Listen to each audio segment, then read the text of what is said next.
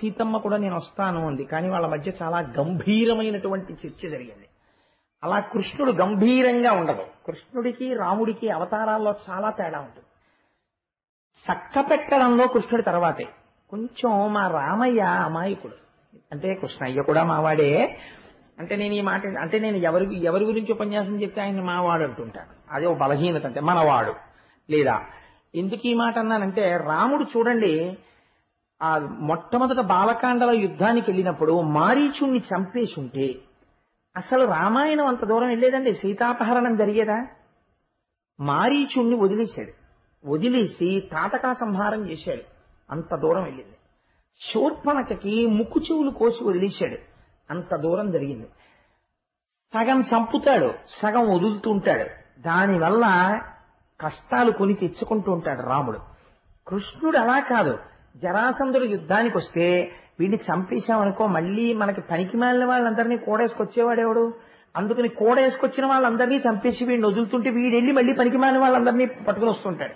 వీడిని వదులుతుండా వాళ్ళని చంపుతుండా భూభారం తగ్గిపోతుంది. తేలికి నేను వెళ్ళి అస్తమానం ఎక్కడికని వెతకను, వీడిని వదిలితే వీడు పట్టుకొస్తాడు వాళ్ళందరినీ అని వచ్చినప్పుడల్లా జరాసంధుడు వదిలేసేవాడు, వాళ్ళని చంపేసేవాడు. ఈ వెర్రేడి తెలియక 17 మాటలు వచ్చాడు అక్షౌహిణీని పట్టుకుని. వచ్చినప్పుడు అలా చంపాడు. కురుక్షేత్రం జరగడానికి ముందరే అంచెలంచెల మీద చాలా మందిని తీసేశాడు ఆయన. అసలు నిజంగా తీలేదనుకోండి కృష్ణావతారం వీళ్ళందరూ కూడా ఎవరి పక్కన చేరుతారో తెలుసా అండి? దుర్యోధనుడి పక్కన చేరుతారు. కురుక్షేత్రంలో ఎంత కష్టమై ఉండేదో పాండవులకి నిగ్రహించడం. అందుకే పుట్టింది మొదలు అదే పని మీద ఉన్నాడు ఆయన. చక్కగా చక్కబెట్టుకొచ్చేసాడు. అటువంటి వాడు యుద్ధానికి బయలుదేరుతుంటే సత్యభావం వచ్చి నేను వస్తాను. నేను ఇందాక అన్నాను కదా, రాముడు గంభీరంగా ఉంటాడు, కృష్ణుడు అలా గంభీరంగా ఉండడు, చమత్కారంగా ఉంటాడు. చమత్కారంగా మాట్లాడతాడు. తను చేస్తున్నది ఏమిటో అవతల వాళ్ళకి అర్థం చేసుకోవడం చాలా కష్టం. గంభీరంగా ఉండేవాడును గోపాలకృష్ణ గారిలా ఉండేవాడు దొరికిపోతాడండి. ఎందుకంటే లోపల ఏమి ఉండదు. ఆ ప్రశ్న ఆయనే, జవాబు ఆయనే. మీరు ఇచ్చిన డబ్బులు నేనేమైనా చేశాను అనుకుంటారేమో, మా ధర్మకర్తలు పైదేస్తారు కానీ మేము ఎప్పుడూ అలా తీసుకోము అని మీరు అడిగారేమో అనుకుని ఆయనే జవాబు చెప్పేసి అది నిష్కల్మష హృదయాలు అలా ఉంటాయి. నాలాంటి వాడు ఉన్నాడు అనుకోండి చాలా నవ్వుతూ మాట్లాడుతుంటాడు. కానీ ఆ మాట్లాడే మాటల వెనకాతల ఏముందో కనిపెట్టడం చాలా కష్టం. వాడు ఏమన్నా అన్నాడా అంటే అన్నట్టు అనిపించదు, అనలేదా అంటే అనలేదని తేలిగ్గా తీసుకోవడానికి ఉండదు. అంతగా గమ్మత్తుగా ఉంటుంది. ఎవరైనా వచ్చి బాగున్నారా నమస్కారం అండి అన్నారు అనుకోండి, అబ్బో చాలా గొప్ప మాయ మీద అన్నాడు అనుకోండి, ప్రశంసించినట్ట తెగడినట్ట ఏమంటున్నట్టు అలా ఉంటుంది కృష్ణతత్వం. ఆయన్ని పట్టుకోవడం చాలా కష్టం కృష్ణావతారంలో. కాబట్టే ఒక్కటే కాషనాడు రహించాడు పెద్దవాడు. ఏమన్నారంటే, ఒరే కృష్ణుళ్ళ ఎప్పుడూ చేయకండి, కృష్ణుడు చెప్పింది చేసి చాలా. చెప్పేటప్పుడు స్పష్టంగా ఉంటాడు, అరమరికి ఉండదు. జగదాచార్యుడిగా నువ్వు ఇలా చెయ్యి అని చెప్తాడు. ఆయన చేసిన దాంట్లో మీరు అర్థం చేసుకున్నారా 1000 మెట్లు ఎక్కేస్తారు, ఒకేసారి నిచ్చెన ఎక్కుతారు. అర్థం అవడంలో తేడా వచ్చి ఆచరణలో పెట్టారా మొత్తానికి పోల్ మీద ఫ్యూజ్ కాలిపోతుంది. అందుకని ఆయన విషయంలో ఆయన చేష్టితములను చాలా జాగ్రత్తగా అర్థం చేసుకోవాలి. నేను అందుకని రామాయణాన్ని భాగవతాన్ని ఒకసారి పక్కన పెట్టి సరిపోల్చే ప్రయత్నం చేశాను. చూడండి, ఇప్పుడు సత్యభామ వచ్చి కృష్ణ నేను మీతో యుద్ధానికి వస్తాను అంది. అంటే ఆయన అంటాడు, సమద పుష్పందయ జంకారములు కావు భీషణ కుంభేంద్ర బృంభితములు, వాయు నిర్గత పద్మ వనరేణువులు కావు తురగ రింఖాముకోద్ధుతరజము, లాకీర్ణ జలతరంగా సరములు కావు శత్రుధనుర్ముక్త సాయకములు, కలహంస సారస కాసారములు కావు ధనుజేంద్ర సైన్యక దంబకములు, కమల కల్హార కుసుమ సంఘములు కావు చటుల రిపుశూల ఖడ్గాది సాధనములు, కన్యా నీవేడ రణరంగ గమనమేడ ఒత్తు వేగము నిలువుము వలదు.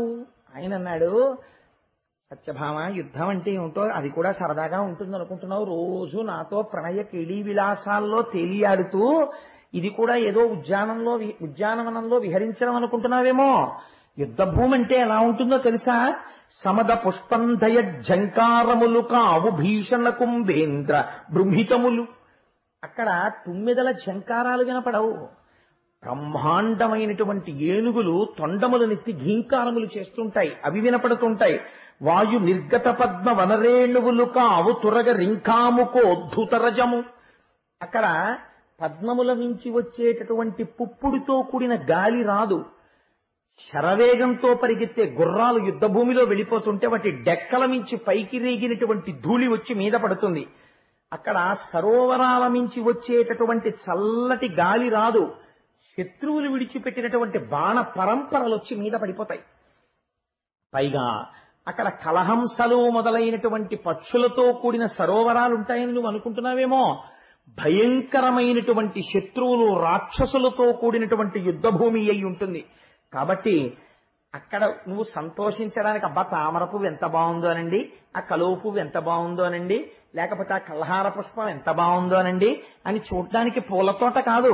ఒకడు ముళ్ళగ తట్టుకుంటాడు, ఒకడు శూలం పట్టుకుంటాడు, ఒకడు పరిగ పట్టుకుంటాడు, నెత్తుటితో తడిసిపోయి ఉంటుంది, మాంసంతో అంటుకుని ఉంటుంది, ఒకడు విసురుతుంటాడు. ఎక్కడ చూసినా అరుపులు కేకలు. యుద్ధభూమి అంటే ఏమనుకుంటున్నావో, యుద్ధానికి వస్తానంటున్నావేంటి? అందుకని నువ్వు నేను పెడుతున్నాను కదా అని చెప్పేసి అయ్యో పాపమ్మ ఆయన ఒక్కరు పెడుతున్నారు సాయం చేద్దాం వద్దాం అనుకుంటున్నావేమో. నువ్వేమీ అలా కంగారు పడకు. కన్యా నీవేడా, నువ్వు ఆడపిల్లవి, నువ్వెక్కడ యుద్ధం ఎక్కడ? అందుకని రణరంగగమనమేడ, యుద్ధభూమి ఎక్కడ? పొత్తు వేగము, నేను మళ్ళీ తిరిగి తొందరగా వచ్చేస్తాను రాక్షసుల్ని పరిమార్చి, నువ్వు బెంగ పెట్టుకోకు, నిలువుము వల్లదు, అందుకని నువ్వు నాతో రావద్దు అన్నాడు. అన్న తర్వాత కృష్ణ పరమాత్మ బయలుదేరబోతుంటే సత్యభామ యొక్క గొప్పతనం అంతా ఇక్కడ ఉంది. ఆవిడ సీతమ్మ తల్లిలా గంభీరంగా మాట్లాడలేదు. ఆవిడేం చేసిందంటే గబగబా వచ్చి, నేను అబద్ధం చెప్పాననుకుంటే మీరు పోతన గారి దశమస్కంధంలో ఉత్తరాఖండం చూసుకోండి, ఉత్తర భాగం, ఆయన చెయ్యి పట్టుకుని అలవోకగా చక్క ఆయన భుజం మీద గడ్డం ఆంచి ఆయన చెవిలోకి మాత్రమే వినపడేటట్టుగా ఎంతో ప్రియంగా ఒక చక్కటి మాట చెప్పింది. దానవులైననేమి మరిదైత్య సమూహములైననేమి నీ మానిత బాహు దుర్గముల మాటుననుండగ ఏమి శంక, నీతో అరుదెంతునంచు కరతోయజమ్ములు ముకిలించి మృక్కెనం మానిని తన్ను భర్త బహుమాన పురస్సర దృష్టి చూడగన్. ఆ సత్యభామ ఆయన దగ్గరకొచ్చి ఆయన భుజం మీద గడ్డం పెట్టి వాలి, దానవులైననేమి, ఆ యుద్ధభూమిలో ఉండేవాళ్ళు రాక్షసులే అనుకో, మరి దైత్య సమూహములైననేమి, అక్కడ దైత్య సమూహాలే ఉన్నాయనుకో, నాకేం భయమయ్యా, నీ మానిత బాహు దుర్గముల మాటననుండగనేమి శంక, నీ యొక్క భుజములనబడేటటువంటి దుర్గముల చాటును నేనుంటాను, నీ భుజాల వెనకాతల నేనుంటే నన్నెవరేం చేస్తారు? నీతో నరుదింతునంచు, కాబట్టి నాకు నీతో వచ్చి యుద్ధం చూడాలనుందయ్యా, నీ మీద నాకున్న నమ్మకం అటువంటిది. కాబట్టి కరదోయజముల్ ముకుళించి, ఆ రెండు చేతులు పద్మాలు ముకుళించినట్టుగా ఇలా నమస్కారం చేసి ప్రార్థన చేసిందిట, నేను వస్తానండి మీతోటి అని. మృక్యనం మానిని, నమస్కారం చేసి తన్ను భర్త బహుమాన పురస్సర దృష్టి చూడగన్. ఇంత ప్రియంగా మాట్లాడినటువంటి భార్యని కాదనలేనంత బలహీనత భర్త యందు ప్రవేశపెట్టి, అయ్యో ఇలా బతిమాలేస్తుంటే ఏం కాదనగలనని ఇంకా కాదనలేని స్థితికి కృష్ణుడొచ్చి ప్రియంగా తన వంక చూసేటట్టుగా కృష్ణుణ్ణి మార్చినదైన సత్యభామ నిలబడి ఉన్నది. కాబట్టి ఆవిడ ఎటువంటి చతురత కలిగినటువంటి స్త్రీయో చూడండి. సరే, ఇద్దరు గరుత్మంతుడిని అధిరోహించారు, రమ్మన్నారు స్వామి. ఇద్దరు బయలుదేరారు, యుద్ధభూమికి వెళ్ళారు. ప్రాగ్జ్యోతిషపురము అని ఆ ఊరి పేరు కూడా చాలా గమ్మత్తుగా ఉంటుంది. ఆ ప్రాగ్జ్యోతిషపురానికి చేరుకున్నారు. అక్కడ నరకాసురుడు పరిపాలన చేస్తున్నాడు. ఆ నరకాసురుడికి నమ్మిన బంట్లు వంటి వారు ముగ్గురున్నారు. ఒకడు మురాసురుడు, ఒకడు నిశుంభుడు, ఒకడు హయగ్రీవుడు. హయగ్రీవుడు అంటే నేను లక్ష్మీ హయగ్రీవ అవతారం గురించి చెప్పట్లేదు, రాక్షసుడు హయగ్రీవుడు. వీళ్ళు ముగ్గురు వాడికి నమ్మిన బంట్లు. అక్కడ దుర్గములు చాలా ఉన్నాయి. జలదుర్గము, గిరిదుర్గము, శస్త్రదుర్గము, ఇలా 6 రకాలైన దుర్గాల్ని శాస్త్రం చెప్తుంది. అటువంటి దుర్గములను, అనేక దుర్గములను వాడు నిర్మాణం చేశాడు. ఆ దుర్గములను చూశాడు పరమాత్మ గరుత్మంతుడి నుంచి. చూసి ఒక్కసారి తన చేతిలో పట్టుకున్నటువంటి గద చేత ప్రహారము చేస్తూ ఈ దుర్గములన్నింటినీ నేల కూల్చేశారు. తన చక్ర ప్రయోగం చేత కొన్నింటిని కూల్చేశారు, తన ఖడ్గధారల చేత కొన్నింటిని కూల్చేశారు. కూల్చి పాంచజన్యాన్ని చేతిలో పట్టుకుని ప్రళయకాలంలో మేఘం ఎలా ఉరుముతుందో అలా పాంచజన్యాన్ని పూరించాడు. పూరించేసరికి మురాసురుడనబడేటటువంటి రాక్షసుడు నరకాసురుడికి అత్యంత ముఖ్యుడు. వాడు అక్కడ ఉన్నటువంటి జలదుర్గంలో నీటి లోపల పడుకుని నిద్రపోతున్నాడు. వాడు ఆ నిద్రపోతున్నవాడు పైకి లేచాడు. పోతన గారు అన్నారు, వాడు పెద్ద జడ వేసుకున్నట్టు. ఈ జడ వేసుకున్న వాళ్ళు మనకి ఇద్దరు కనపడతారు, కాలయవనుడు ఒకడు, మురాసురుడు ఒకడు. వాడికి ఉన్న గొప్పతనం ఏమిటో తెలుసా అండి, వాడు ప్రాగ్జ్యోతిషపురాన్ని మురాపాశములతో కట్టి ఉంచుతాడు. వాడు ఆ పాశములతో కట్టాడు. కృష్ణ పరమాత్మ తన చేతి ఖడ్గంతో ఆ పాశములను ఖండించారు. ఖండించి పాంచజన్యం పూరిస్తే మురాసురుడు పైకొచ్చాడు. వాడికి 5 తలకాయలు. 5 తలకాయలతో వాడు ఈ బ్రహ్మాండములో ఉన్నటువంటి పంచభూతములను మింగేసేలా ఉన్నాడు. అగ్నిహోత్రం పాకితే ఎలా ఉంటుందో, మీరు ఇలా పొడవుగా సన్నగాను ఏదైనా ఇంధనాన్ని పోసి వెలిగించారనుకోండి, అది వెలుగుతోందనుకోండి ఒక అగ్ని రూపంలో, అది ఎలా ఉంటుందో అలా ఉంటుంది వాడి జడ. అటువంటి జడతో వాడు నీటిలోంచి పైకి లేచాడు. లేచి కృష్ణుడి వంక చూశాడు. చూసి కృష్ణ నిలు అని కృష్ణుడితో యుద్ధానికి వచ్చాడు. వచ్చి యుద్ధం చేస్తున్నప్పుడు పరమాత్మ తన గదా ప్రహారంతో ఆ మురాసురుడి యొక్క శిరస్సుని బ్రద్దలు చేశాడు. వాడు మరణించాడు. మురాసురుడు మరణించగానే వాడి కుమారులు 7 బయలుదేరి కృష్ణ పరమాత్మ మీదకి యుద్ధానికి వచ్చారు. ఆ 7 కూడా కృష్ణ పరమాత్మ నిర్జించారు. ఈ వార్త నరకాసురుడికి చేరి నేను కూడా యుద్ధానికి వస్తాను, నేను బయలుదేరి యుద్ధానికి వస్తున్నానని నరకాసురుడు బయలుదేరి యుద్ధానికి వచ్చాడు. తీరా నరకాసురుడు యుద్ధానికి వచ్చేసరికి యుద్ధభూమి ఎలా ఉంటుంది? వచ్చినటువంటి వాడు సామాన్యుడు కాడు, నరకుడు. మీరు ఇక్కడే ఒక్క విషయం తెలుసుకోవాలి. నరకాసురుడు అనబడేటటువంటి రాక్షసుడు అసలు ఎవరి కొడుకు? వీడికి ఇంత బలం ఎక్కడి నుంచి వచ్చింది అంటే, పురాణంలో అయితే ఓ గమ్మత్తైన మాట అన్నారు. ఆయన ఎవరి కొడుకో అంటే తన తల్లి వాడికి తెలియలేదు అన్నారు. కానీ అసలు వాడు ఎవరి కొడుకో తెలుసా అండి? ఆదివరాహమూర్తికి భూదేవికి కలిపి జన్మించిన వాడు. ఆదివరాహమూర్తికి భూదేవికి జన్మించిన తరువాత ఆదివరాహమూర్తి అవతారంలో ఉండగా శ్రీమన్నారాయణుడు భూదేవికి కొన్ని వరాలు ఇచ్చాడు. ఎప్పుడైనా సరే వాడు నరకానికి వెళ్ళిపోవడానికి, నశించిపోతాడు అనడానికి తేలిక మార్గం ఏమిటో తెలుసా? ఇంట ఉన్నవాళ్లు సుఖపడని రోజులు ఎప్పుడు వస్తాయంటే, భూమి మీద ఏదైనా నిర్మాణము చేసేటప్పుడు శంకుస్థాపన చేసి భూమి పూజ చెయ్యకుండా కానీ కడితే ఆ ఇంట ఉన్న వారికి సుఖశాంతులు ఉండవు, నీకు వరం ఇస్తున్నానన్నాడు ఆయన.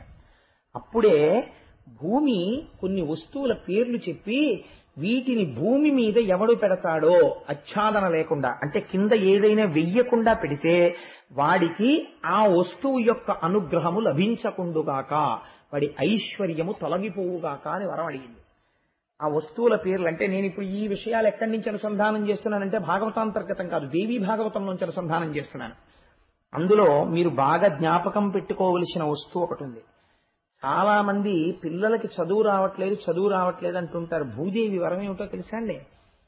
కూర్చుని చదివేటప్పుడు పుస్తకాన్ని నేల మీద పెట్టకూడదు. పుస్తకాన్ని నేల మీద పెట్టి వెళ్ళిపోతే, అందుకే ఒక అలవాటు చేసుకోవాలి.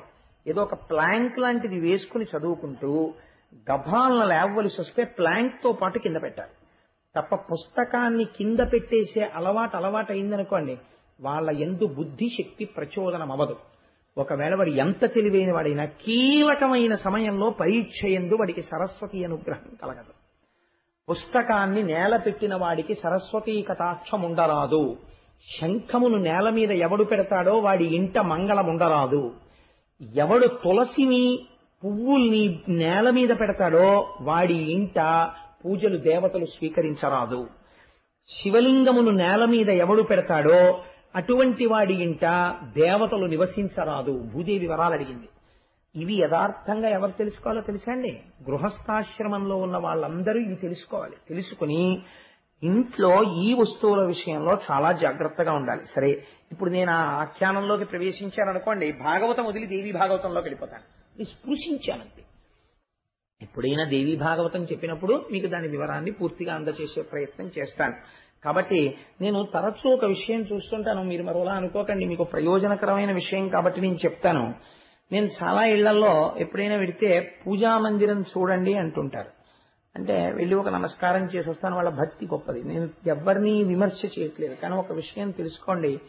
నేను తరచూ ఇళ్లలో చూస్తుంటాను, ఒక మెట్లు లాంటివి ఒకటో రెండో కడతారు, కట్టి దాని మీద ఏమీ ఆచ్ఛాదన ఉండదు, కనీసం ఒక పేపర్ కూడా వెయ్యకుండా దాని మీద ఒక చెక్క కానీ ఒక మంటపం కానీ ఏమీ ఉండకుండా దాని మీద ఈశ్వరమూర్తుల్ని నిలబెడుతుంటారు. దానితో పాటు శంఖము మొదలైనవి కూడా పెట్టేస్తుంటారు. అలాగే యంత్రాలు ఎట్టి పరిస్థితులలోనూ భూమికి తగలడానికి వీల్లేదు. చాలా మంది ఇవాళ మార్కెట్లో సబ్బులు అమ్మినట్టు అమ్మేస్తున్నారు యంత్రాలు. ఎలా అమ్ముతున్నారో వాళ్ళకి తెలియాలి, కొనుక్కునే వాళ్ళకి తెలియాలి. యంత్రాన్ని అందరూ పట్టుకోలేరు, యంత్రాన్ని అందరూ హ్యాండిల్ చేయలేరు. యంత్ర పూజ ఎందుకండి? హాయిగా అంగుష్ట మాత్రమైన ఈశ్వరమూర్తిని పెట్టుకుని పూజ చేసుకునేదానికి. దాన్ని ఆరాధన చెయ్యడం వస్తే చెయ్యాలి, లేనప్పుడు ఇటువంటి ప్రమాదకరమైన పనులు చేయకూడదు. వాటిని తీసుకొచ్చి నేల మీద పెడుతుంటారు. నేల మీద పెట్టి మీరు ఎంత పూజ చేసినా దానికి సరైన ఫలితాలు రావు. ఎందుచేత అంటే ముందు మీరు వచ్చినటువంటి వాడికి విస్తరేసి గాండ్రించి విస్తట్లో ఉమ్మేసి ఎన్ని పదార్థాలైనా వడ్డించండి, తింటాడా వాడు? అసలు ముందు మర్యాదేది ఈశ్వరుని మంటపంలో. గృహస్థాశ్రమంలో ఉన్న వాళ్ళు ముందు అసలు పూజా మందిరం ఎలా ఉంచుకోవాలి తెలుసుకోవాలి. దేవీ భాగవతం లాంటివి చదువుకోవాలి. పెద్దలను అడగాలి, అయ్యా ఇలా పెట్టుకోవచ్చా అండి, ఇలా ఉంచుకోవచ్చా పూజా మందిరం అని అడగాలి. లేకపోతే మీ ఇంటి రక్షణ ఆ గదిలోంచి వస్తుంటుంది. ఆ గది పట్ల మీకు శ్రద్ధ లేకపోతే ఎక్కడి నుంచి వస్తుంది రక్షణ? రమ్మంటే ఇంట్లో పిల్లలకు అభివృద్ధి రమ్మంటే ఎక్కడి నుంచి వస్తుంది? రోజు పిల్లలతో పెద్దలకి జట్టి, లెమ్మంటే లేవదు, పడుకోమంటే పడుకోదు, చదువుకోమంటే చదువుకోడు, ఎక్కడికో పోతుంటాడు. పుస్తకాలు నేల మీద పెడుతుంటే ఎక్కడి నుంచి వస్తుంది రమ్మంటే శ్రద్ధ? అందుకే పూర్వం మా చిన్నతనంలో చదువుకోవడం అంటే ఎలా ఉండేదో తెలుసా అండి? సాపేసు కూర్చొని చదువుకోమని. నువ్వు కుర్చీలో కూర్చొని చదువుకోకూడదని కాదు, కుర్చీలో కూర్చొని చదువుకోవడం నువ్వు అలవాటు చేసేసుకుంటే రేపు పొద్దున్న నువ్వు యవ్వనం దాటి నడిమి వయస్సులోకి వెళ్ళిన తరువాత చాలాసేపు కూర్చోలేవు నేల మీద, ఆసన శుద్ధిపోతుంది.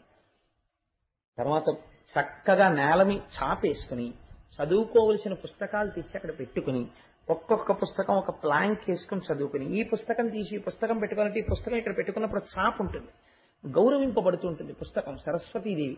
దానివల్ల పిల్లవాడి బుద్ధి యందు వికాసం కలుగుతుంది. ఇవన్నీ భూదేవికి వరాహమూర్తి ఇచ్చినటువంటి వరాల చెట్ట అండి అది.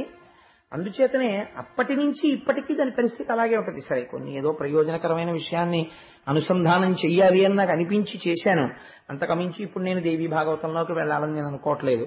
కాబట్టి ఆ ఆదివరాహమూర్తికి భూదేవికి జన్మించినటువంటి వాడి నరకాసుడు. వాడి జన్మ సామాన్యం కాదు. ఇప్పుడు ఎవరొచ్చారు వాడిని చంపడానికి? ఆయనే వచ్చాడు. ఇలా ఎందుకు జరిగింది? మళ్ళీ ఆ ప్రశ్న పక్కన పెట్టుకుని దాచుకోండి, ఆఖరణ చెప్తాను. కాబట్టి ఇప్పుడు నరకాసురుడే యుద్ధరంగంలోకి వస్తే వాడి వెనకాతల ఎంత బలగం ఉంటుందో అంత బలగం బయటికి వస్తుంది కదండి. సామాన్యమైన రాక్షసుడు కాడు నరకాసురుడు అంటే. ఆ రోజుల్లో అదితి కుండలములను వాడు తస్కరించాడంటే ఇంకంతకన్నా గొప్ప రాక్షసుడు ప్రపంచంలో ఎక్కడుంటాడు? అటువంటి వాడు వరుణుడి ఛత్రాన్ని ఎత్తుకుపోయేవాడు, ఓ పర్వతాన్ని ఎత్తుకుపోయేవాడు. అటువంటి వాడు ఎన్నింటిని పరిపాలించాడో తెలుసా అండి? 14 భువనములు గెలిచాడు వాడు నరకాసురుడు. ఇంకా రావణాసురుడు భూమండలం మీద తిరిగేవాడు, 14 భువనాలు నరకాసురుడు. అటువంటి నరకాసురుడు యుద్ధానికి వస్తే వెనక ఎంత సైన్యం ఉంటుంది? ఇంత సైన్యాన్ని చూసిన సత్యభామ ఏమనాలి? అయ్య బాబోయ్, ఏమిటండి సైన్యం అసలు? మీరు కొంత సైన్యాన్ని తీసుకుని రావలసింది, టిక్కుటక్కులాడించుకుంటూ గరుత్మంతుడు నెక్కొచ్చేశారు అనాలి. ఆవిడ ఏమందో తెలుసా అండి? ఆశ్చర్యకరంగా దీని వెనక అసలు ఉన్న రహస్యాన్ని మీరు గుర్తుపెట్టుకోవాలి, మళ్ళీ పక్కన పెట్టుకోండి. కాబట్టి ఇప్పుడు ఆవిడంది, ఏమండి నేను యుద్ధం చేద్దాం అనుకుంటున్నానండి, ఇందాక యుద్ధ భూమికి వస్తానండి, ఇప్పుడు ఏమండి నాకు యుద్ధం చేద్దాం అనిపిస్తోందండి అని దభాలన లేచి, ఇప్పటిదాకా ఎక్కడుంది? మీ భుజములనబడేటటువంటి దుర్గముల మాటును ఉంటానంది, వెనకాల కూర్చుంది. ఇప్పుడేం చేసింది? దభాలన లేచి ముందుకొస్తోంది. పోతన గారు పొంగిపోయారు సత్యభామ దర్శనం. ఈ సత్యభామ చేస్తున్నటువంటి యుద్ధం పద్యాలు వింటే వచ్చే లాభం ఏమిటో మీకు ఆఖరణ చెప్తాను. అందుకునంత వర్ణన చేశారు పోతన గారే, అమాయకుడై వర్ణన చేయలేదు. వేణింజల్లము వెట్టి సంఘటిత నీవీబంధయై భూషణ శ్రేణిందాల్చి ముఖేందు మండల మరీచీజాల ముల్వల్వగా పాణిం పయ్యద చక్కగా తురిమి శుంభద్వీర సంరంభయై ఎనీలోచన లేచి నిల్చతన ప్రాణేశాగ్రభాగంబునన్. ప్రభాలన లేచిందిట, తన భర్త ముందుకొచ్చి నిలబడిందిట. ప్రాణేశాగ్రభాగంబునన్, ఇప్పటి వరకు వెనకాతలకు వచ్చింది, ఇప్పుడు ముందుకొచ్చి నిలబడింది. ఎలా నిలబడిందిట? ఆ నిలబడగానే వేణుంజొల్లము వ్యక్తి జడ. అసలు సత్యభామ అనగానే మనందరికీ గుర్తొచ్చేది ఏమిటంటే ఆ జడ. కాబట్టి ఆ జడను ఒక్కసారి తీసుకుని ఇలా ఇలా ఇలా ఇలా ముడి వేసేసుకుని గట్టిగా ఇలా ముడేసేసుకున్నది, ఇంకా కదలకుండా. పెద్ద జడ కదండి, మరి త్రాచుపాములాగా. పోతన గారు ఒక లైవ్ టెలికాస్ట్ ఇస్తారు, శబ్ద చిత్రీకరణ. వేణింజొల్లము వ్యక్తి సంఘటిత తనివీబంధయై భూషణశ్రేణిందాల్చి. ఆ హారాలు అవి బోలెడని ఆభరణాలు ఉన్నాయి, అవి కదులుతున్నప్పుడు ముందుకి వెనక్కి పెడుతుంటాయి. అలవాటు లేని వాడు కొత్తగా ఉపనయనం చేసుకున్న వాడిని ఊరే కొంచెం పూజా మందిరంలో సామాన్ సర్దేరా అన్నారు అనుకోండి, వాడికి వచ్చే మొట్టమొదటి కష్టం ఏమిటో తెలుసా అండి? ఆ యజ్ఞోపవీతం వచ్చి ఆ చేతికి అడ్డుపడిపోతుంటుంది. వాడు అస్తమానం ఇలా అంటుంటాడు, మళ్ళీ అంటుంటాడు. యజ్ఞోపవీతం భుజం నుంచి బ్రాహ్మణుడికి జారిపోతే వాడిని దరిద్రం పట్టుకుంటుంది. భుజం దారిపోతే గాయత్రి చెప్పుకోవాలి. భుజం జారిపోకుండా దాన్ని పంచెలోకి పెట్టుకోవడం అలవాటు చేసుకోవాలి బ్రాహ్మణుడు. కాబట్టి ఎన్ని ధర్మ సూక్ష్మాలు చూశారండి పెద్దవాళ్ళు, జాగ్రత్తగా అలవాటు. అప్పుడు తండ్రి చూసి అంటాడు, రే అలా యజ్ఞోపవీతాన్ని వదిలిపెట్టి తిరగకూడదు అని దగ్గరికి తీసుకుని, నాన్న ఆ యజ్ఞోపవీతాన్ని పంచెలో ఇలా పెట్టుకోవాలి, పెట్టుకుంటే ఇప్పుడు అది కదవదు, ఇప్పుడు నువ్వు పని చేసుకోవటం. వాడికి అలవాటు ఉంది, ఓహో యజ్ఞోపవీతాన్ని అలా పెట్టుకోవాలన్నమాట అని తెలుసుకుంటాడు. అలా ఆడవాళ్ళు పెద్ద పెద్ద హారాలు అవి వేసుకున్నారనుకోండి, ఏ వంగినప్పుడో లేకపోతే బాణం ఇలా లాగినప్పుడు దానికి వెనకాలన్న పావురా ఈకలకో ఈ గొలుసులు పట్టుకుంటాయి. నేను పోతన గారు ఎంత లైవ్ టెలికాస్ట్ ఇచ్చారు చూడండి. ఆ రైల్వే కంపార్ట్మెంట్ లో విండో సీట్ పక్కన కూర్చోగానే నాకు ఇంతకన్నా మరి చెప్పడానికి ఉపమానం లేదు. వాళ్ళు గబగబా ఆ గొలుసులు అవి ఇలా పడేసుకుని ఇలా పమిటి కప్పేసుకున్నట్టు ఆవిడ కూడా గొలుసులు అవి బయటికి రాకుండా పైకి గభాలను వ్రేలాడకుండా అమరిక చేసేసుకుందిటే. అందుకని భూషణ శ్రేణిందాల్చి ముఖేందు మండల మరీచీజాల ముల్వర్వగా పాణిం పయ్యద చక్కగా తురిమి. ముఖం మంచి దేదీప్యమానం, ఎక్కడ భయం కనబట్టలేదు, దేదీప్యమానం అయిపోతుండగా ఈ పమిట పెద్ద పమిట వేలాడుతోంది. ఈ పమిట ఇలా తీసి ఇలా దోపేసుకుంది, ఎక్కడ వేలాడకుండాను. పయ్యద చక్కగా తురిమి శుంభద్వీర సంరంభయై ఏనీలోచన లేచి నిల్చతన ప్రాణేశాగ్రభాగంబునన్. ఆయన కన్నా ముందుకెళ్ళింది, వెళ్ళి నాథ ఆ ధనశిల ఇవ్వండి. కృష్ణుడు తెల్లబోయాడు. ఏమిటి నరకాసురుడు ఏమిటి, సైన్యం ఏమిటి, సత్యభావం ఏమిటి, ముందుకొచ్చేయడం ఏమిటి, ఈ ముడేసేసుకోవడం ఏమిటి, గొలుసులు సర్దేసుకోవడం ఏమిటి, పమిట సర్దేసుకోవడం ఏమిటి, ధనస్యం అంటుంది ఏమిటి. ఆయన ఒక నవ్వు నవ్వాడు. ఆయనకి తెలియంది ఏముంటాయండి, మా రామయ్య అయితే బయటపడిపోతాడు, మా కృష్ణయ్య అటువంటి వాడే అనుకోండి. అందుకని ఆయన ఏం చేశాడంటే ఏమీ తెలియని వాళ్ళ నవ్వి, హరినాక్షికి హరి ఇచ్చెను సుర నికరోల్లాసనమును శూర కఠోరాసుర సైన్యత్రాసనమును బల గర్వ నిరాసనమును బాణాసనమును. రాక్షసుల యొక్క మస్తకములను ఖండించడానికి అనువైనటువంటి సమస్త శక్తులను క్రోడీకరించుకున్నటువంటి ఏ ధనస్సు స్వామి పట్టుకుంటారో శార్ంగమనేటటువంటి ధనస్సుని, ఆ ధనస్సుని ఆ సత్యభామ చేతికి ఇచ్చారు. అసలు అంత ధనస్సు పట్టుకోవడమే, ఆ ధనస్సు చేత్తో పట్టుకుని ఆవిడ ఆ పైన ఉన్నటువంటి వింటి నారి ఉంటుంది, ఆ వింటి నారిని విప్పాలి. అసలు అక్కడే వీరత్వం బయటపడిపోతుంది. ఆ కొత్తగా యజ్ఞోపవీతం వేసుకోవడం అలవాటు ఉన్నవాడు ఉన్నాడు అనుకోండి, వాడికి కాగితం చుట్టినటువంటి యజ్ఞోపవీతంలోంచి విప్పుకోవలసి ఇలా ఇలా ఇలా ఇలా పెట్టుకుని దాన్ని కరెక్ట్ గా పెట్టుకోవాల్సి వస్తే చిక్కులు వేసేస్తాడు. ముందు వేసేసి ఇలా కొంచెం చిక్కిప్పంటాడు. అప్పుడు ఆడికి చిక్కిప్పడానికి 2 గంటలు పడుతుంది. అది యజ్ఞోపవీతాన్ని జాగ్రత్తగా విప్పుకోవడం అలవాటు ఉండాలి. అది టకటకటగా విప్పేసుకుంటున్నాడు అనుకోండి, ఆయన యజ్ఞోపవీత ధారణం బాగా అలవాటు ఉంది అని గుర్తు. లేకపోతే జీర్ణ యజ్ఞోపవీతం ఎంత ఉండిపోయినా వాడి కోసం శ్రావణ పౌర్ణమి వస్తేనే మారుస్తాడు, లేకపోతే మార్చడం. అలా ఆ ధనస్సుకు ఉండేటటువంటి తాడు విప్పేసి ఎడం చేత్తో పట్టుకుని ధనస్సుని దాన్ని వంగి కుడి చేత్తో కింద కట్టేస్తోంది. తెల్లబోయాడు కృష్ణ పరమాత్మ, తెల్లబోయారు రాక్షసులు. ఇదేమిట్రా కృష్ణుడు కూర్చున్నాడు, ఈవిడ కట్టేస్తోంది ధనస్సుకి తాడని. మనకి తెలియదు ఈ విషయం ఇప్పటిదాకా. ఏవో సత్యభామ, సత్రాజిత్తు, శమంతకమణి వాళ్ళందరూ విన్నారు కాబట్టి సత్యభామను చూడడం సరదాయే. కానీ ఇదేమిటి ఇలా కట్టేస్తోంది ఈవిడ తాడు గీడు అనుకున్నారు. ఆ విల్లంది బలంబునుంది తదగణ్యానంత తేజో విశేషావిర్భూత మహాప్రతాపమున వీరాలోక దుర్లోక్యమై తా వేగన్ సగుణంబు చేస తనువున్ తన్వంగి దైత్యాంగనాగ్రీవాసంగము నిర్గుణంబుగా రణ క్రీడా మహోత్కంఠతో.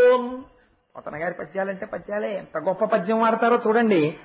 ఆయన సగుణంబు చేసే ధనువున్ దేని కొరకు అంటే గ్రీవాసంగము నిర్గుణంబుగా, దైత్యాంగనాగ్రీవాసంగము నిర్గుణంబు చేయుట కొరకు.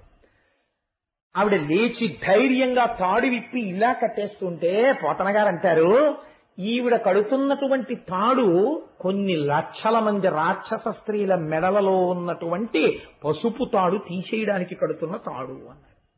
అంటే ఆవిడ ఎంత వీరకాంతో ఒక్కసారి చూపించారు. అటువంటి తల్లి ఆ విల్లంది బలంబు నొంది, అది పరమాత్మ యొక్క ఆ కరపీడనమునకు అలవాటు పడినటువంటి ఆ ధనస్సది. ఎప్పుడైతే నిరంతరము పరమాత్మ యొక్క చేతి సంస్పర్శకి నోచుకున్న ధనస్సు ఆయన గట్టిగా పట్టుకుంటారో అటువంటి ధనస్సు పట్టుకోగానే ఆవిడిలో ఒక గొప్ప తేజస్సు కనపడింది. భూమిరాపోనలో వాయో కమ్మనో ఖమ్మనో బుద్ధిరేవచ అహంకార ఇతి యమ్మే భిన్నా ప్రకృతి రష్టదా. 8 రకాలుగా ప్రకృతి భాషిస్తుంటుంది. ప్రకృతి ఉన్నదా అంటే ఉన్నది, జ్ఞాననేత్రము చేత లేదు. జడమైన ప్రకృతికి చైతన్యము దేని వలన కలిగినది అంటే రైలు కంపార్ట్మెంట్లు 23 కంపార్ట్మెంట్లు పెట్టేశారు. ఎవడి బెర్తులు వాడు ఎక్కేశాడు. వాళ్ళకి అలాట్ చేసినవే S1 కోచ్ లో 32వ బెర్త్. వాడు ఎక్కాడు, పడుకున్నాడు, హాయిగా నిద్రపోతున్నాడు. అమ్మయ్య తిరుపతి వెళ్ళిపోతున్నాం అనుకున్నాడు. మంచి నిద్రలో ఉన్నాడు. తెల్లవారి నిద్ర లేచాడు. నాకు ఒకసారి అయింది ఇలాంటిది, విచిత్రమైనటువంటి విషయం. ఆ తెల్లవారి నిద్ర లేచి ఇదేంటి తిరుపతి వచ్చేసిందా అని కిటికీ ఎత్తి చూశాడు. తీరా చూస్తే ఏలూరులో ఉన్నాడు. ఇదేంటండి ఏలూరులో ఉంది ఏంటండి రైలు అన్నాడు. ఏలూరులో ఉంది ఏమిటి రైలు అంటే ఇంజిన్ ఫెయిల్ అయిపోయింది, ఇంకో ఇంజిన్ దొరకలేదు, అందుకని చెప్పి ఈ ట్రైన్ ఇలాగే ఉంది. ఇంజిన్ ఫెయిల్ అయిపోయింది అనుకోండి, బోగీలు ఎన్ని ఉంటే ప్రయోజనం ఏముంది, అక్కడే ఉంటాయి. That which pulls is called the power. ఏది కదుపుతుందో దానికి పవర్ అని పేరు, ఏది లాగుతుందో అది ఇంజిన్. ఈశ్వరుడు పురుషుడై దాని యందు ప్రవేశించి కదుపుతాడు 8. అవే పంచభూతములు: పృథివీ, ఆపస్, తేజో, వాయు, ఆకాశములు. భూమిరాపోనలో వాయు కమ్మనో బుద్ధిరేవచ అహంకార ఇతీయమ్మే భిన్నా ప్రకృతి రస్తదా. మనో, బుద్ధి, అహంకారములు. మనస్సు కూడా జడమే. మనస్సు అప్పటి వరకు ఉంటుంది, ఊపిరి వెళ్ళిపోయింది అనుకోండి, ఏది మనస్సు? బుద్ధి ఏది? అహంకారం ఏది? నేనన్న భావన ఏది? ఈ 8 ఎప్పుడు కదులుతున్నాయి? ఈశ్వరుడు లోపల ఉన్నప్పుడే కదులుతున్నాయి. కాబట్టి 8ంటికి భర్త ఎవరు? ఈ 8ంటికి మంగళత్వం ఎప్పుడుంది? ఈయన ఉంటే ఉంది. ఈయన లేడనుకోండి, 8ంటికి మంగళత్వం ఉందా? లేదు. అప్పటి వరకు శివం శివం శివం అంటారు. అందులో ఉన్నటువంటి శివుడు వెళ్ళిపోయాడు. వెళ్ళిపోతే ఇప్పుడు దానికి తలకట్టు పైకి లేస్తుంది. ఇప్పుడు అదేమిటి? శవం. ఇప్పుడు 4 కన్నులున్నాయి, చాలా అందం ఉంది, అందులో పృథి ఉంది, అపస్సు ఉంది, తేజస్సు ఉంది, ఇంకా కొద్దిగా వేడుంది శరీరంలో. అయినా ఎందుకైనా పనికొస్తుందా? పూజ పీటల మీద కూర్చోబెడతారా? లేకపోతే ఆ ఇంట్లో ఏదైనా వ్రతం చెయ్యొచ్చా? ఎందుకు పనికిరాదు. ఎందుకైపోయింది? ఈ 8 సంఘాతమైన ఈ శరీరము, ఇందులో ఏముంది? పృథి ఉంది, జలం ఉంది, అగ్ని ఉంది, ఆకాశం ఉంది, తేజస్సు ఉంది, వాయువు ఉంది. వీటితో పాటు మనోబుద్ధి అహంకారములు ఉన్నాయి. ఈ 8 సంఘాతమే ఈ శరీరము. ఇది కావచ్చు, పిపీలికాది పర్యంతంలో ఏదైనా కావచ్చు. ఈ 8ంటికి ఈ చైతన్యమునిచ్చిన వాడెవరు? భూమిగా జడము. భూమికి మొలకెత్తే శక్తి ఎక్కడి నుంచి వచ్చింది? ఈశ్వరుడు దాని యందు చైతన్య రూపంగా ఉన్నాడు కాబట్టి ఇప్పుడు ఈ 8ంటిని కదుపుతున్న వాడెవడో వాడు పురుషుడు. కాబట్టి కృష్ణుడు 7 చేసుకోకూడదు, 9 చేసుకోకూడదు, 8 చేసుకోవాలి. కాబట్టి ఇప్పుడు కృష్ణుడికి ఎంతమంది భార్యలు? 8 మహిషులు, 8 భార్యలు. ఇది తప్ప అందులో ఉన్న రహస్యం. కృష్ణుడికి ఏదో సరదా పుట్టి కనపడ్డ వాళ్ళందరి దగ్గరికి వెళ్ళి పెళ్లి చేసుకుని 8 పెళ్లాల కింద చేసుకున్నాడండి అని మీరు అన్నారనుకోండి, మీరు జ్ఞానస్థాయిలో దాన్ని దర్శనం చెయ్యలేకపోయారు. ఏమంటే మీరు ఏదో చెప్పారు, భూమిరాపో నలో వాయు అన్నారు, అష్ట ప్రకృతులు అన్నారు, పరాప్రకృతి అపరాప్రకృతి ఏదో చెప్పారు, కానీ మా తలకెక్కలేదండి, ఏం పర్వాలేదు, ఎక్కకపోతే ఏవో 8 ఉన్నాయి మొత్తానికి వాడు కదుపుతాడు. వాడు సౌశీల్యుడు. భార్య భర్త ఎంత మంగళమో ఆ 8 పట్ల వారంత మంగళమో. ఒక నమస్కారం చేయి, అర్థం చేసుకున్న వాడికి ఎంత పుణ్యమో భక్తితో నమస్కరించి నీకంతే పుణ్యం. అందుకే భాగవతాన్ని 2 స్థాయిల్లో వినాలని చెప్తారు. అర్థమైన చోట జ్ఞానిగా విను, అర్థం కాని చోట భక్తుడిగా విను, ఎలా అయినా ఉద్ధరింపబడతావు. 2 కాకపోతే భ్రష్టుడు అవుతావు. కాబట్టి అలా అష్టమహిషులతో మహానుభావుడు యనమండుగురితోటి చాలా సంతోషంగా ఆనందంగా కాలం గడుపుతున్నాడు. గడుపుతుండగా ఒక చిత్రమైనటువంటి విషయం జరిగింది. ఇది మీరు చాలా గమ్మత్తుగా జరిగినటువంటి విశేషం. నేను మీకు కొంత ఉపోద్ఘాతాన్ని అందించగలిగాను అనుకోండి, మీరు దాన్ని చాలా జాగ్రత్తగా గట్టిగా ఒడిసి పట్టుకుంటారు. ఇది బంగారం జారిపోకూడదని. కృష్ణ భగవానుడు తనంత తానుగా శక్తివంతుడు కదండి. నేను మీకు చెప్పాను కదా, యనమండుగురి యందు ప్రవేశించిన వాడెవరు? కృష్ణుడు. కాబట్టి కృష్ణుడు లేనినాడు ఆ అష్టప్రకృతులకి కదలిక లేదు కదా. లేనప్పుడు కృష్ణుడు కన్నులు తెరవని కడు చిన్ని పాపడై దానవి చనుబాలు త్రావి చంపే, ఇంకా కనురెప్పలు కూడా తెరవనటువంటి పిల్లవాడిగా ఉండగా పూతనా సంహారం చేశాడు. ఎందరో రాక్షసుల్ని పరిమార్చాడు. అటువంటి కృష్ణుడు ఒక్క నరకాసురుణ్ణి సంహరించడం విషయంలోకి వచ్చేటప్పటికీ సత్యభామని తీసుకెళ్ళాడు. యనమండుగురిలో ఎవరినీ తీసుకెళ్లలేదు, ఒక్క సత్యభామని తీసుకెళ్లాడు. ఇలా రామాయణంలో దశరథ మహారాజు గారు తీసుకెళ్లారు ఒకసారి కైకమ్మని. చాలా ఉపద్రవం వచ్చింది అలా తీసుకెళ్ళేందుకు. అలా మళ్ళీ సత్యభామని కృష్ణ భగవానుడు తీసుకెళ్తున్నాడు. ఇప్పుడు కూడా ఏమైనా ఉపద్రవం ఉంటుందా అలాగా? లేకపోతే మనందరికీ కూడా ఏదైనా ఒక గొప్ప సందేశం ఏమైనా ఉంటుందా అంటే, మీరు బాగా జ్ఞాపకం పెట్టుకోండి, కైకమ్మని దశరథుడు యుద్ధానికి తీసుకెడితే రామాయణం అంతా వచ్చింది కదండి. భార్యతో యుద్ధానికి వెళ్ళారు కాబట్టి రామాయణం వచ్చింది, లేకపోతే యుద్ధం లేదు అసలు. 2 వరాలు ఉండవు. లేదా సత్యభామతో భాగవతంలో కృష్ణుడు యుద్ధానికి వెళ్ళబట్టే మనకి దీపావళి పండగ మిగిలింది కదా. ఎప్పుడో ద్వాపర యుగంలో చంపాడు. కలియుగంలో ఇప్పటికీ ప్రతి ఏడాది మనం దీపావళి చేసుకుంటూనే ఉన్నాం. దీనికి ఏమైనా సందర్భం ఉందా? లేకపోతే ఇప్పుడు పూతనా సంహారం చేశాడండి. పూతనా సంహారం జరిగినటువంటి తిథి రోజున మనం ఎవరైనా ఏమైనా పండగ చేస్తామా? ఏమీ చెయ్యం. ఒకవేళ నేను మీకు ఆ తిథి చెప్పాను అనుకోండి, ఇవాళ పూతనా సంహారం జరిగిన రోజండి అని మీరు ఏమైనా చేస్తారా? ఏం చేయరు. లేకపోతే శకటాసుర భంజనం జరిగినటువంటి రోజు చెప్పాను అనుకోండి, చాలా తేలిక చెప్పేయడం. ఎందుకంటే కృష్ణుడి యొక్క జన్మతిథి చూసుకుని అక్కడి నుంచి రోజులు ఎక్కడితే చెప్పేయచ్చు. కానీ మీరు చేస్తారా? చేయరు. కానీ ఆనాటి నుంచి ఈనాటి వరకు దీపావళి చేసేవాళ్ళు ఎవరో తెలుసా అండి? దేవతలు చేస్తారు. కాబట్టి మనం చేస్తాం. ఒక్క నరకాసురుడి విషయంలో ఎందుకు అలా దీపావళి చేస్తారు? దీపావళి అంటే ఏమిటి అసలు? ఇవాళంటే మనం దీపావళి అంటే ఏం చెప్తామంటే బాణసంచ మ్రోగించుట. ఆవళి అన్న శబ్దాన్ని ఎక్కడ ప్రయోగించినా వరుస అని అర్థం. దీపావళి అంటే దీపముల వరుస అని అర్థం. అంటే ఒక దీపం పెట్టడం కాదు, చాలా దీపాలు పెట్టాలి అని. అనేక దీపాలు వెలిగిస్తాం. అందుకని వరసలుగా దీపాలు కనపడతాయి కాబట్టి దీపావళి. కానీ అలా ఎందుకు చేశారు? దీపాలు వెలిగించడానికి నరకాసురుడు చచ్చిపోవడానికి ఏమైనా సంబంధం ఉందా? నరకాసురుడి కన్నా చాలా ఘోరమైన రాక్షసుడు ఎవరండి అసలు? రావణాసురుడు. రావణాసురుడు చచ్చిపోయిన రోజున దీపాలు వెలిగించట్లేదే మీరు? మరి నరకాసురుడు చచ్చిపోయిన రోజున దీపాలు ఎందుకు వెలిగిస్తున్నారు? ఏమైనా సందర్భం ఉండి వెలిగిస్తున్నారా? సందర్భం తెలియక వెలిగిస్తున్నారా? లేకపోతే అసలు అలా వెలిగించకపోయినా పర్వాలేదా? అయితే వెలిగిస్తే ఏమైనా జరుగుతుందా? సత్యభావం వెళ్ళడం వెనక ఏమైనా రహస్యం ఉందా? లేకపోతే చాలా క్యాజువల్ గా నేను వస్తానండి సరదాగానంటే తీసుకెళ్ళాడా? పోనీ సరదాగా తీసుకెళ్ళాడు అనుకోండి, ఏమని చెప్పాలి? ఆల్ రైట్ సత్య వెనకాల కూర్చొని చూడు నేను యుద్ధం చేస్తానని చెప్పాలి. ఆవిడ మధ్యలో లేచి విల్లోసారి లాగేయండి. అంతకుముందు ఆవిడ యుద్ధం చేసినట్టు ఆయనకి తెలియదు, కృష్ణుడికి కూడా తెలియదు. ఎందుకంటే సత్యభామ అంతకుముందు యుద్ధాలు చేసినట్టు మీరు ఎక్కడన్నా తెలియారా భాగవతంలో? ఏమీ లేదు. మరి ఏమి ఇప్పుడు ఒక చిత్రమైన విషయం ఉంటుందండి. ఎప్పుడైనా నేను అలా బజారుకి వెళ్తున్నాను అనుకోండి, ఏమండి నేను వస్తానంది అనుకోండి మా ఆవిడ, సరే సంతోషం రా అంటాను. లేకపోతే నేను అలా షికారుగా కాసేపు అలా వెళ్ళొస్తానే అంటే నేను వస్తాను షికారు అందనుకోండి, సరే రా అంటాను. నేను ఆఫీస్కి వెళ్తున్నాను చాలా ముఖ్యమైన పని ఉంది అంటే నేను వస్తాను మీతో అందనుకోండి, అది ఆఫీస్కి ఎందుకు నువ్వు అంటారు. లేదు వస్తాను అని మారాం చేసింది అనుకోండి. ఒకవేళ ఫోన్లే వచ్చేదో కాసేపు పక్కన కుర్చీలో కూర్చుంటుంది, ఏమో ఎందుకు వస్తానంటున్నా. తీరా వెళ్ళిన తర్వాత నేను రాస్తాను ఫైల్ ఇలా ఇవ్వండి అందనుకోండి, పంపలాడిపోతాయి. నువ్వు రాయడం ఏంటో ఫైలు, నువ్వు అలా రాయకూడదు, ఆఫీసులో నేనే రాయాలంటే నాకు ఇచ్చింది ఉద్యోగం అందుకు అంటాను కదా. యుద్ధ భూమికి వెళ్ళినటువంటి వాడు భార్య యుద్ధం చేయగలదో లేదో చూసుకోకుండా ఏమన్నా ఇలా ఇవ్వండి సారా ధనస్సు నేను వేసేస్తాను బాణాలంటే తీసుకో సత్య అని వీళ్ళు ఇచ్చేస్తాడా? అప్పుడు వేయలేకపోతే బాణం ఏమవుతుంది? ఎదిరి బాణాలు ఎవరి మీద పడిపోతాయి? భార్య మీద పడిపోతాయి. అప్పుడు భార్యకి ఏమైనా అయితే కృష్ణుని ఏమంటారు రేపు పొద్దున్న లోకంలో?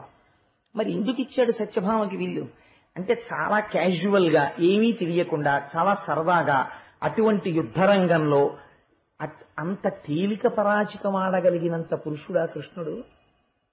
మరి లేకపోతే సత్యభామకి ఎందుకు ఇచ్చాడు? నరకాసుర వధ అంతేనా? దాని వెనకాతల ఏమైనా రహస్యం ఉందా? మీరు ఈ కోణంలో అవతరించండి, నేను ఒక ప్రయత్నం చేస్తాను దాన్ని ఆవిష్కరించడానికి, మీరు పట్టుకోవడంలో ఉంటుంది దాన్ని. కాబట్టి ఒకనాడు కృష్ణ భగవానుడు కొలువు తీరి ఉండగా దేవతలు, ఇంద్రుడు, దుర్వాసో మహర్షి వీళ్ళందరూ వచ్చారు. వచ్చి మహానుభావ కృష్ణ, నరకాసురుడు యొక్క ఆగడములు రోజు రోజుకి మితిమీరిపోతున్నాయి. దేవతల యొక్క తల్లి అయిన అదితి యొక్క కుండలములను తస్కరించాడు. ఇదొక చిత్రమైనటువంటి విషయం. రాక్షసుడన్నవాడు ఇంద్రసింహాసనాన్ని ఎత్తుకుపోయిన వాడిని మనం చాలా మందిని చూశాం. వీడు అదితి కుండలాలు ఎత్తుకుపోయాడు. నరకాసుర వధకి మొదటి వాక్యం ఇది. వాడి ఎందు పెద్ద అభియోగం ఏమిటో తెలుసా అండి? అదితి కుండలములను తస్కరించినాడు. దేవతల తల్లి కుండలాలు ముట్టుకున్నాడంటే పరమేశ్వరుడు బయలుదేరాడు. నేను చూస్తాను వాడి సంగతి అన్నాడు. వరుణుడి ఛత్రాన్ని ఎత్తుకుపోయాడు. వాడివన్నీ చిత్రమైన సందర్భాలు. ఆయన గొడుగు ఎత్తుకుపోయాడు. వాడు దేవతలందరూ కూడా ఓ పర్వతం మీద విహారం చేస్తుంటారు, మణిపర్వతం అని. ఆ మణిపర్వతాన్ని ఎత్తుకుపోయాడు. ఈ మూడు ఎత్తుకుపోయాడు.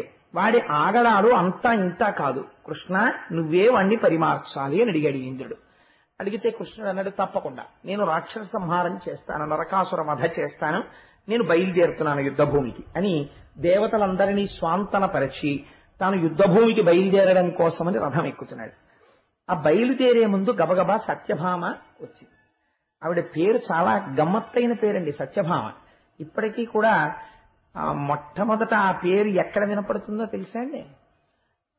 కొత్త కోడలు ఇంటికి రాగానే కొంచెం కాస్త విసురుగా నడిచింది అనుకోండి, ఏమో మీ కోడలు సత్యభామే అంటారు వెంటనే. ఆ తల్లి బహుశా నేనైతే అనుకుంటాను షీఈస్ థరోలీ మిస్అండర్స్టూడ్. ఆవిడికి సరిగ్గా అర్థం చేసుకోబడలేదు సత్యభామ అనుకుంటాను.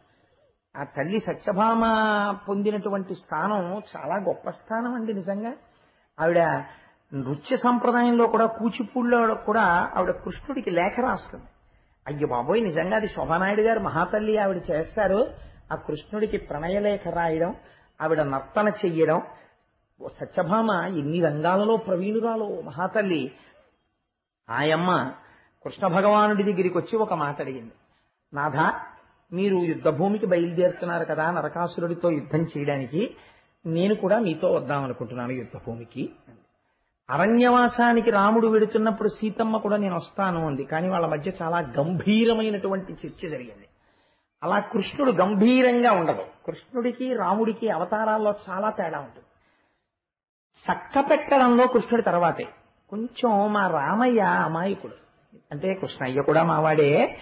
అంటే నేను ఈ మాట అంటే నేను ఎవరి గురించి ఉపన్యాసం చెప్తే ఆయన మావాడు అంటుంటాను. అదే ఒక బలహీనత. అంటే మనవాడు లేదా ఎందుకు ఈ మాట అన్నానంటే, రాముడు చూడండి ఆ మొట్టమొదట బాలకాండల యుద్ధానికి వెళ్ళినప్పుడు మారీచుణ్ణి చంపేసి ఉంటే అసలు రామాయణం అంత దూరం వెళ్ళేదండి. సీతాపహరణం జరిగేదా?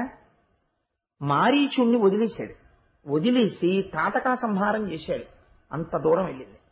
శూర్పణఖకి ముక్కు చెవులు కోసి వదిలేశాడు. అంత దూరం జరిగింది. సగం చంపుతాడు, సగం వదులుతూ ఉంటాడు.